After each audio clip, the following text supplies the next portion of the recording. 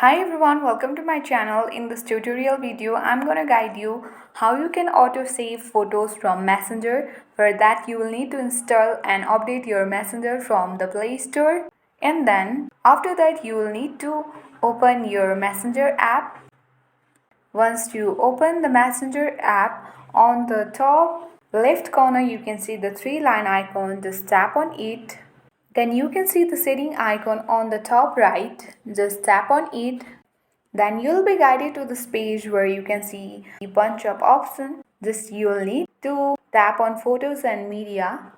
When you tap on photos and media, you will be guided to this page where you can see the option save on capture. Just you need to tap on the save on capture button, then your photos will be auto saved when someone sends you photos and media on the Messenger app. Later, if you want to switch it off, then you can again turn it off by tapping on it.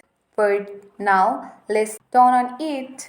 Now your photos and media will be automatically saved from the Messenger app. This was it guys. If you find this video useful, then don't forget to give a thumbs up. If you are new to my channel, then don't forget to subscribe it for more tutorial videos. Thank you.